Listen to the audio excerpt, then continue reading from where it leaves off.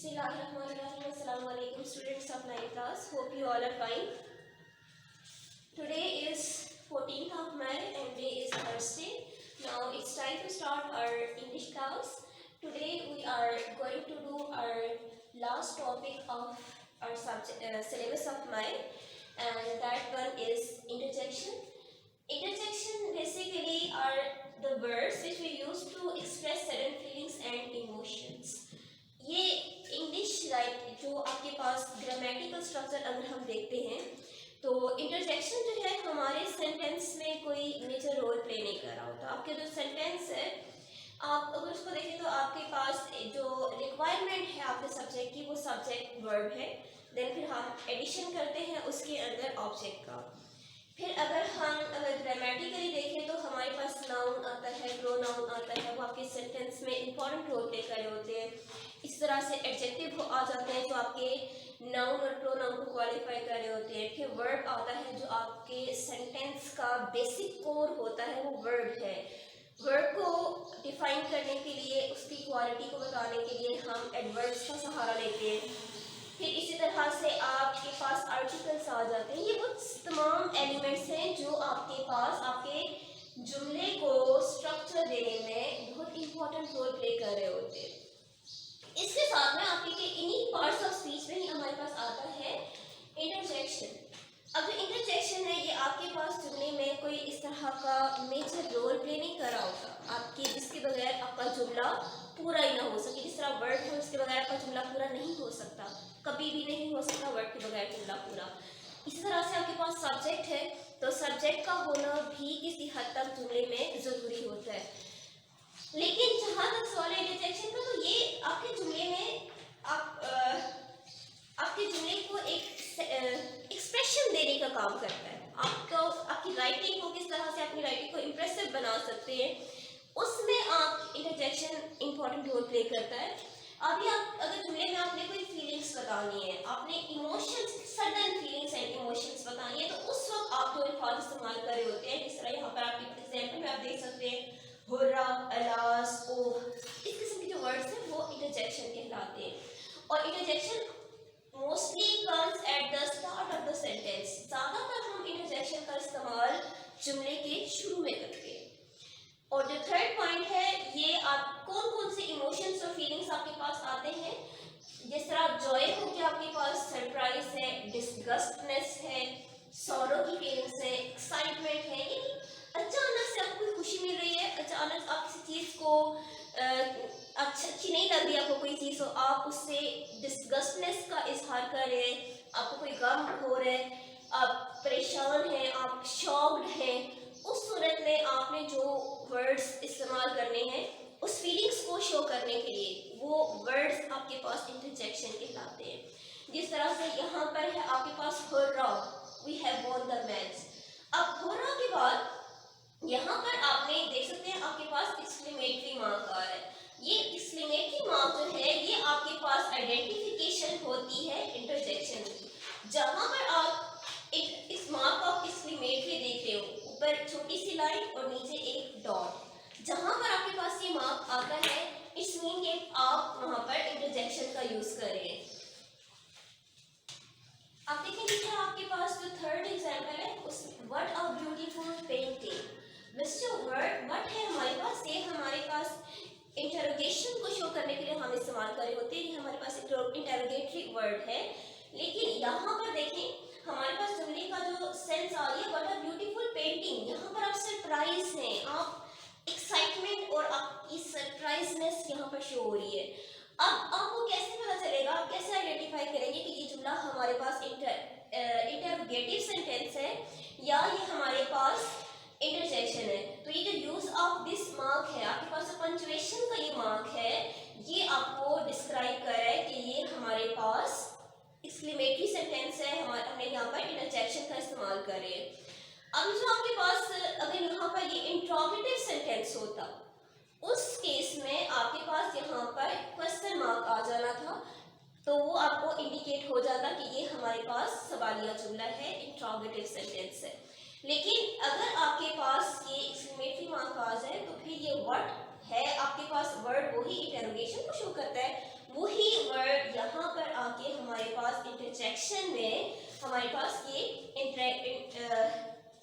एक्सक्लेमेटरीनेस को शो कर रहे हैं। स्टूडेंट्स, ये हमारे पास आज इस नए सिलेबस का लास्ट लेक्चर था। इसके बाद इस मंथ में हम आगे अपनी डायरी को कंटिन्यू करेंगे रिवीजन के लिए। आपने हम टीचर्स के साथ कोऑपरेट करना है। आपने डेली बेसिस पे इस तरह से आपको डायरी मिलेगी, आपने रेगुलर बेसिस पे उसको याद करना है। असेसमेंट रिपोर्ट के अकॉर्डिंग आपके जो मार्क्स हैं वो असेस किए जाएंगे। आज के लिए हमारा लेक्चर यहाँ पर कंप्लीट होता है। बिस्मिल्लाहिर्रहमानिर्रहीम। अस्सलाम वालेकुम students of class 9 mathematics science group. The date is 14th of May and today is Thursday. हमने स्टार्ट किया हुआ था unit number 5 which is factorisation exercise carpentry का आज हमने स्टार्ट करना है। और एक्सरसाइज के अंदर जो आपके पास क्वेश्चन नंबर 1 है उसके अंदर मेंशन है use the remainder theorem to find the remainder well. It's mean that आपके पास यहाँ पे दो टर्म्स नजर आ रही हैं जिनको पहले क्वेश्चन के करने से आपको अच्छे से समझना होगा कि what are these. Remainder theorem क्या चीज है और रिमाइंडर क्या होता है। फर्स्ट ऑफ ऑल तो आप इसे बेसिकली सिंपल डिवीजन मेथड से देख लें कि जब आप किसी चीज को डिवाइड करते हैं किसी भी नंबर के साथ, लेट्स सपोज 20 को 5 से 5 4s are 20, reminder is nothing. लेकिन जब आप डिवाइड करें इसी तरह से 10 को 3 के साथ, 3s are 9 and remaining is 1। ये जो आपके पास जिससे आप डिवाइड कर रहे होते हैं वो जो डिवाइड करवा रहा होता है उसे कहा जाता है डिवाइजर, और जो डिवाइड हो रहा होता है उसे कहा जाता है डिविडेंड, और जिससे डिवाइड होके वो वैल्यू आती है उसे कहा जाता है कोशेंट। और जो रिमेनिंग बच आता है, अगर रिमेनिंग बच आता है तो वो तो हो जाता है रिमाइंडर, लेकिन अगर रिमेनिंग कुछ भी ना हो तो रिमाइंडर वहाँ पे 0 कंसीडर होता है। लेकिन इस डिवीजन के अंदर आपके पास रिमाइंडर कुछ भी नहीं, बिकॉज फुल डिवीजन हो रही है तो रिमाइंडर यहाँ पे 0 होगा।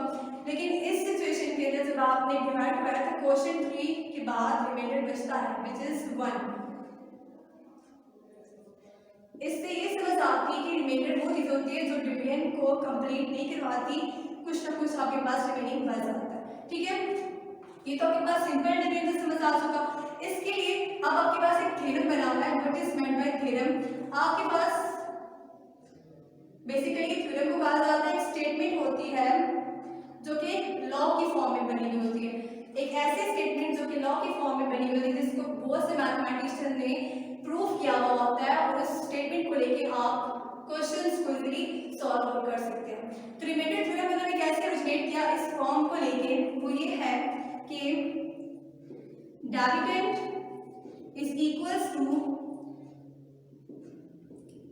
Divisor into quotient plus remainder. ठीक है, कि डिविडेंड कैसे बनता है जब आप डिवाइजर को क्वोशिएंट से मल्टीप्लाई करवाते हैं और ऐड करवाते हैं रिमाइंडर को। कुछ सिचुएशंस के अंदर आपके पास रिमाइंडर 0 होता है जैसे कि सिचुएशन के अंदर था, लेकिन जब आपके पास रिमाइंडर आपको फाइंड आउट करना होता है तो आप क्या करते हो, इस टर्म को यहाँ से 0 करते हो। ठीक है, तो फिर आपके पास डिविडेंड के इक्वल रिमाइंडर आप फाइंड आउट कर लेते हैं।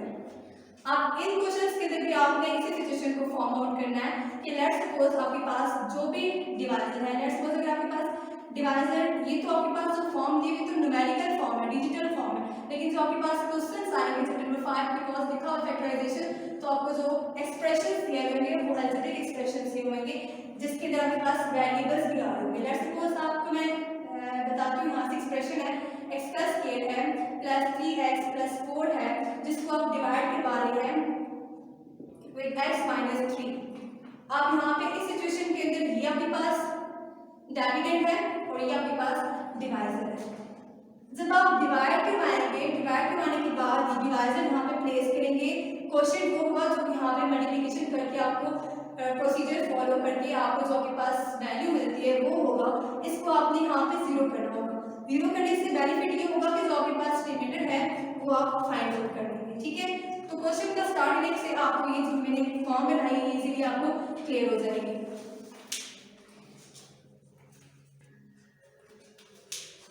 क्वेश्चन नंबर पार्ट 1 मैंने यहाँ पे लिखा, आपके पास ये जो आपके पास फॉर्म दी हुई है ये एक्सप्रेशन है और इस एक्सप्रेशन के अंदर वेरिएबल की ऑल पावर्स जो है वो पॉजिटिव है, तो इट्स मीन दैट ये जो एक्सप्रेशन है ये पॉलिनोमियल एक्सप्रेशन है। और इसको डिवाइड किससे करवाया जा रहा है, x माइनस 2 से, ये इसका डिवाइजर है। तो पहला स्टेप आप क्या करेंगे, इसको कोई भी आपके पास मेंशन नहीं है, लेबल नहीं हुआ हुआ कि पॉलिनोमियल किस टाइप का है। आपको पता है पॉलिनोमियल की टाइप कौन सी है, क्यूबिक, और सेकेंडली आपके पास यहाँ पे क्या आ रहा है, variable with respect to x आ रहा है।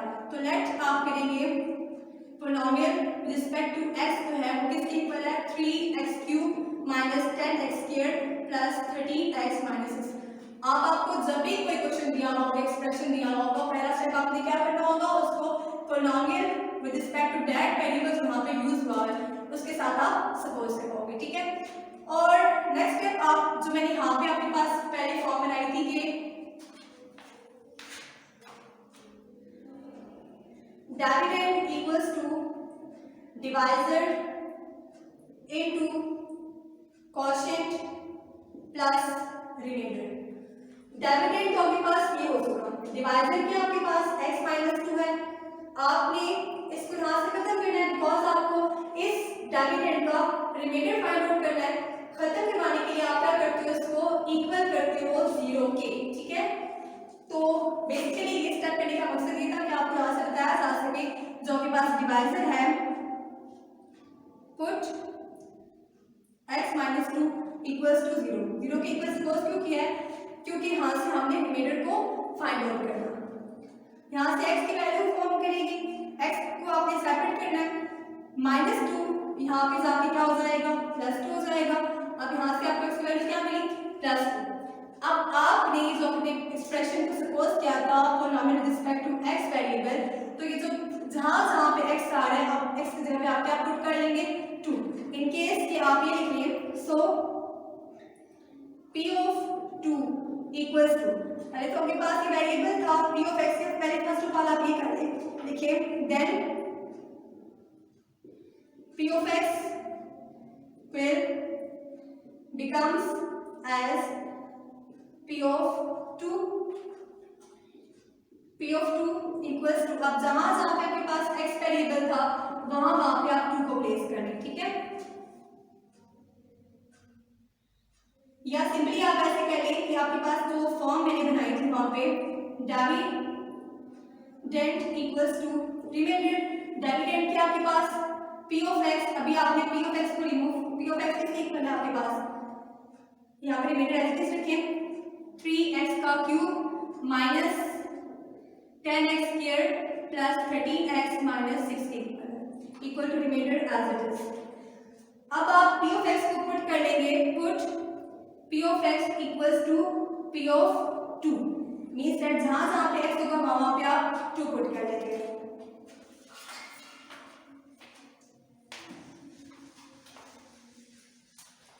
तो ये जो एक्सप्रेशन है ये बन जाएगा आपके पास 3 into 2 whole power 3 minus 10 into 2 whole power 2 plus 13 into 2 minus 6 equals to remainder 3 2 raise power 3, 2 को 3 टाइम मल्टीप्लाई करके क्या मिलता है आपके पास 8 आ जाता है, minus 10 2 raise power 2 equals to 4 minus 13 into 2 3 are 6 2 1 are 2 minus 6 equals to remainder. 3 are 24 minus 10 4 are 40 plus 26 minus 6 equals to remainder. अब जो आपके पास पॉजिटिव टर्म है उनको सेपरेटली सॉल्व कर लें, ये दो सॉल्व होंगे यहाँ से 20 20 40 40 plus 10 50 50 minus 40 minus 6 equals to remainder. अब यहाँ पे जो नेगेटिव टर्म्स है इनको कितना सॉल्व कर लें, 50 minus 46 equals to remainder। अब 50 में से 46 माइनस किया तो आपके पास क्या आ जाता है, रिमेनिंग 4, तो 4 is your remainder। इस तरह से आपने क्या किया, रिमेंडर थ्योरम को यूज करके आपने रिमेंडर को फाइंड आउट कर लिया, ठीक है। और रिमेंडर थ्योरम क्या था, मैं अगेन आपको बता रही हूँ, dividend equals to divisor into quotient plus remainder. और आपने हमेशा डिविडेंड और क्वोशिएंट को 0 के इक्वल सपोज करके वेरिएबल जो आपके पास होता है उसकी वैल्यू को फाइंड आउट करना होता है, फिर आपने इस डिविडेंड के अंदर पुट करना होता है।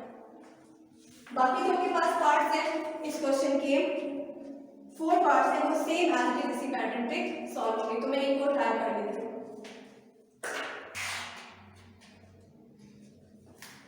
अभी क्वेश्चन 1 का पार्ट नंबर 2 है आपके पास 4x³ - 4x + 3 is divided by 2x - 1। अब इस सिचुएशन के अंदर ये आपके पास डिविडेंड है और ये आपके पास डिवाइजर है, तो यहाँ पे से कोई लेबल नहीं दिया हुआ, तो फर्स्ट ऑफ ऑल क्या करेंगे, और है भी ये polynomial expression because power are positive, तो मैं लिखूंगी let's suppose p of x या p with respect to x का label equals to 4x³ - 4x + 3, ठीक है। और नेक्स्ट स्टेप आपने क्या करना होता है, अगेन आपने पुट करना है इस डिवाइजर को 0 के इक्वल, पुट 2x - 1 = 0, ताकि आप यहाँ से x वैल्यू फाइंड आउट कर लें। 2x - 2 goes to +1, sorry -1 goes to +1 because यहाँ मैंने सही को करेक्ट करके इसका साइन हो जाएगा और पॉजिटिव हो जाएगा। अब ये जो x के साथ 2 है ये मल्टीप्लाई हो रहा है, तो यहाँ पे मल्टीप्लाई है, यहाँ जाके डिवाइड हो जाएगा, तो ये बन जाएगा 1/2। x वैल्यू आपने क्या फाइंड आउट की, 1/2। अब आपने नेक्स्ट स्टेप क्या करना है जी, वही थ्योरम फॉलो करना है, रिमेंडर थ्योरम। वो क्या था, dividend equals to divisor multiply by quotient plus remainder. ये तो आपने फाइंड आउट की, इसमें से वैल्यू इसको स्किप कर दें, और यहाँ पे आपके पास डिविडेंड किसके इक्वल था, p ऑफ x के इक्वल था। p ऑफ x की वैल्यू क्या थी, 4x³ - 4x + 3 equals to remainder. अब यहाँ पे पुट कर लें, पुट x इक्वल्स टू 1/2। जहाँ जहाँ पे इस एक्सप्रेशन के अंदर आपको x वेरिएबल नजर आ रहा है उसको स्किप करके वहाँ पे 1/2 पुट कर लें। 4 × 1/2 whole cube -4 × 1/2 + 3 equals to remainder 1/8 - 4 जो है मल्टीप्लाई में 2 डिवाइड में कैंसिल कर देते हैं, ये भी 2 1 से 2 2 2 4, तो remaining is 2/2 + 3 equals to remainder 4 1 4 4 2 8, remaining is 1/2 - 2 + 3 equals to reminder.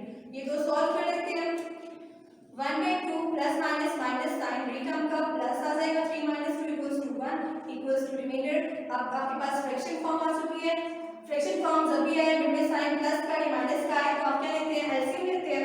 LCM लेंगे तो आपके पास 2 ही आ जाएगा, 2 1 2 1 2 2 1 1 1 + 2 1 2 इक्वल्स टू रिमाइंडर 2 + 1 3 3/2। सो इस क्वेश्चन में आपके पास रिमाइंडर बचता है बाय रिमाइंडर थ्योरम 3/2 बचता है। बाकी जितने पार्ट्स आपने खुद ट्राई करने हैं, उनको प्रैक्टिस करना है, नीट पे भी आपने अटेम्प्ट करने हैं, और यही आज की डायरी है आपकी। नेक्स्ट क्लास में मुलाकात होगी आपसे नेक्स्ट सब्जेक्ट के साथ, तब तक के लिए अल्लाह हाफ़िज़।